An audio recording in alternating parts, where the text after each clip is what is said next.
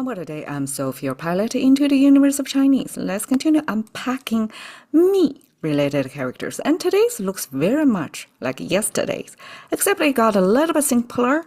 It also got a sun over there, but there is a number 6 at the bottom. Okay, what could that be? It actually is a Chinese dark world or underworld or Netherland concept. Míng. It's related to death, obviously. It's related to afterlife. Related to darkness. So yeah, as a culture, Chinese do have the sense of some unknown world underground or afterlife.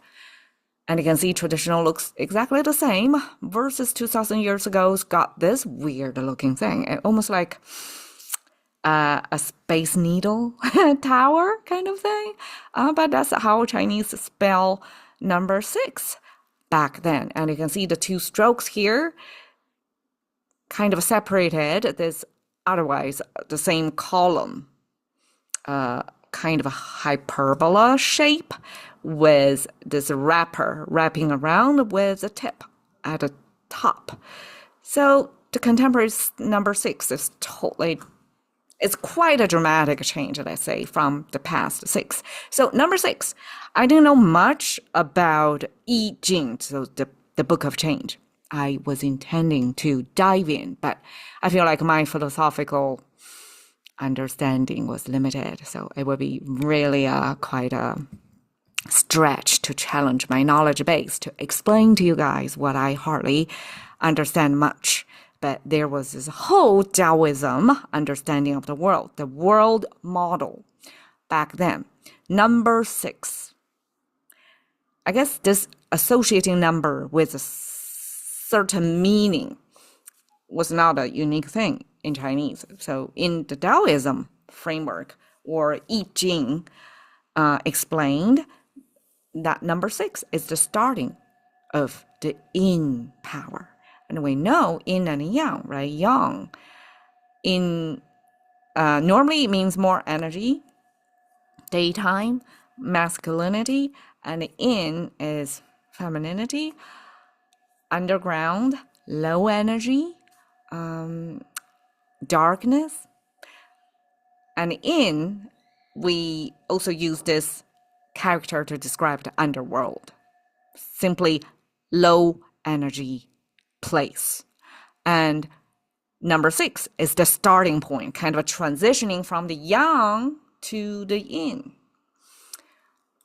So that's one explanation. A second explanation ChatGPT gave me that I didn't really verify, but I did challenge.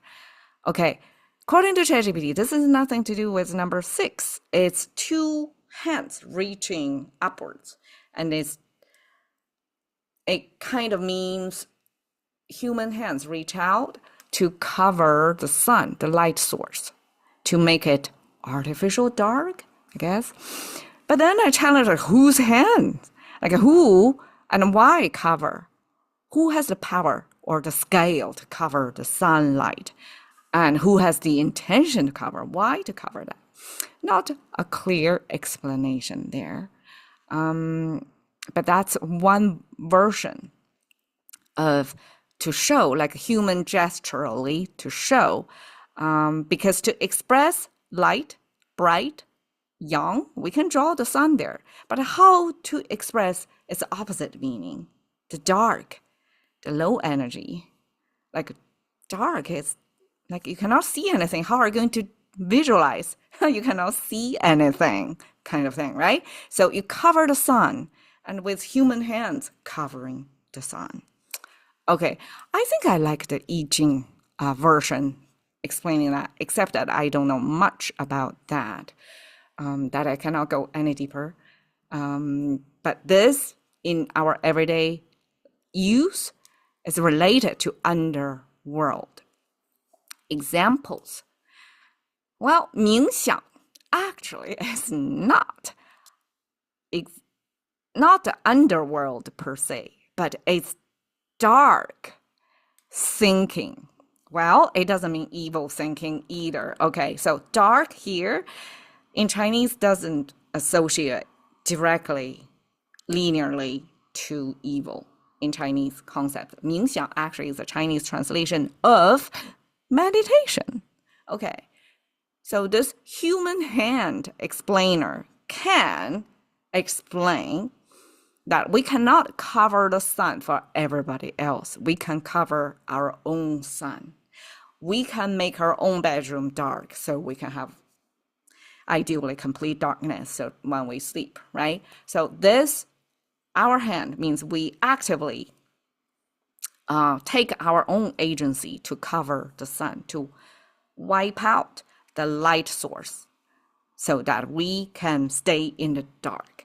In 冥想 example, this dark or thinking in darkness, it's almost like you close your eyes, you shut down the external stimulations and turn the attention inward so that you can think about your thinking or think about nothing. Just observe yourself, like you experience the phenomenon of being alive consciously, intentionally, by eliminating the light from outside. So in that sense, this dark almost means inward, means you turn away from the light.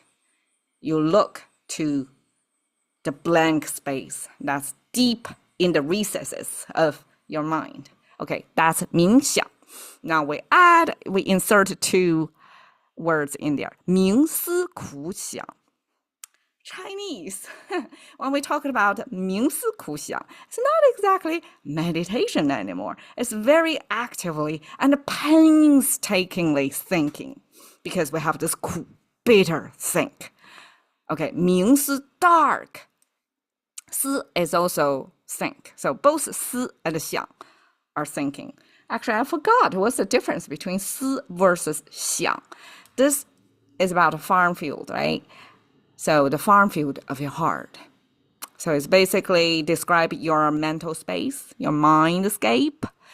And 冥思 make that dark, okay? And 苦想, 想, the top is kind of a mutual assessment. So you're kind of making judgment over there. And your heart as a symbol, like humans use heart.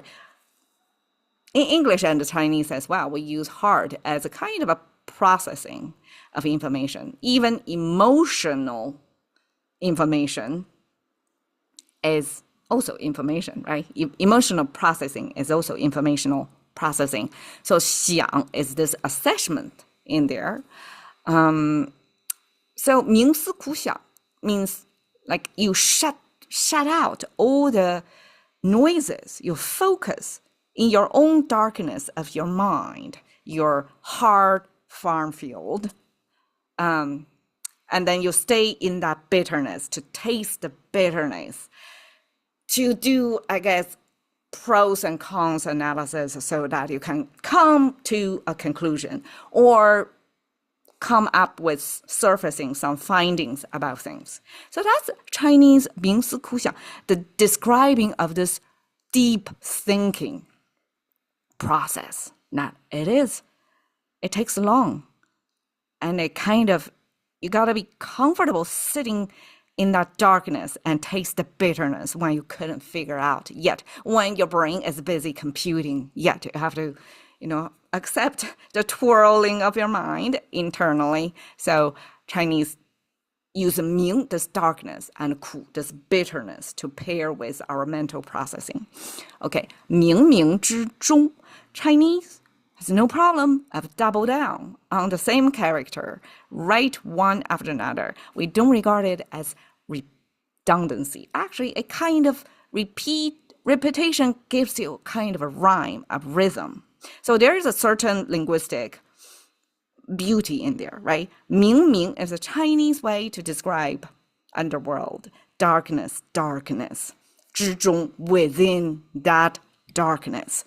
Okay, this is a Chinese way to frame the unknown world. 冥冥之中 oftentimes use the context of, we try to explain some unexplainable life events Oftentimes it's random, but you try to explain it, right? So you try to explain it with the past events in your life and said 冥冥之中. It's like in the darkness or in the dark matter world that it takes a lot more space, but it's unknown to us. Humans, as we go through life, things happen for a reason, but we don't know whose script is writing for us, right? So we often attribute that to 冥冥之中, in this dark, dark place, that it's destined to happen in this way. My life unfold in this way. That's kind of directed or scripted down from this dark, dark place. Again, it doesn't mean evil. It just means unknown. All right, so how to express dark? You see the challenge here? We cannot just use a black screen to express dark. We'll have to use some sort of lighting to show, oh, it's really dark. So Chinese, by cover the sun, the light source up, either intentionally with our hand or use our I Ching explainer of world model of the beginning of the low energy phase. That's our míng, dark. Thank you for your time. See you another day.